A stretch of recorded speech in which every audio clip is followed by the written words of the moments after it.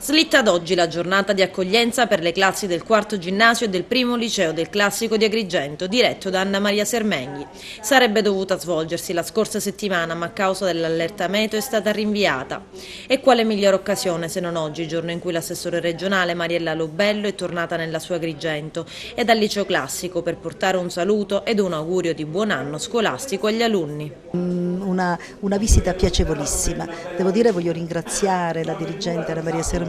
perché mi sta facendo vedere una scuola ed un liceo che conoscevo, raccontato e vissuto dai ragazzi in maniera assolutamente diversa. Credo che sia un anno della svolta, è l'anno della buona scuola, è l'anno delle nuove sperimentazioni, ma è anche l'anno delle grandi critiche. Io credo che invece alle cose, alle novità non bisogna opporsi, ma bisogna saperle governare. Così come questo liceo ha saputo fare negli anni 70, negli anni del grande cambiamento, sono certa che a partire da questo liceo anche le novità che stanno, e ce ne sono tante nella buona scuola, debbano sapere essere governate. Questo è l'anno in cui si farà l'alternanza scuola-lavoro, le 200 ore per i licei e le 400 per le scuole professionali. Da qui parte un modo diverso di pensare e di fare scuola, più legata al mondo esterno e più capace di poter dare una risposta a quelle che sono le esigenze dei nostri ragazzi. Per noi oggi è stato un onore e un privilegio poter avere qui come ospite l'assessore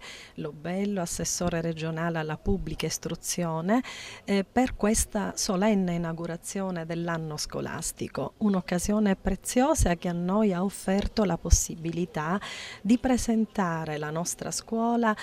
sotto il profilo dell'offerta formativa, ha dato questa opportunità di incontrare le istituzioni ai nostri giovani, agli studenti, ai docenti, a tutto il personale della scuola. Un'occasione che sicuramente abbiamo raccolto come una grande opportunità, perché riteniamo che tra gli elementi fondamentali per poter costruire una buona scuola debba assolutamente esserci quel raccordo, quella sinergia importante con gli enti locali, con la regione nel nostro caso specifico, con tutte le amministrazioni e gli enti che in qualche modo devono supportare le istituzioni scolastiche nelle condizioni organizzative che sono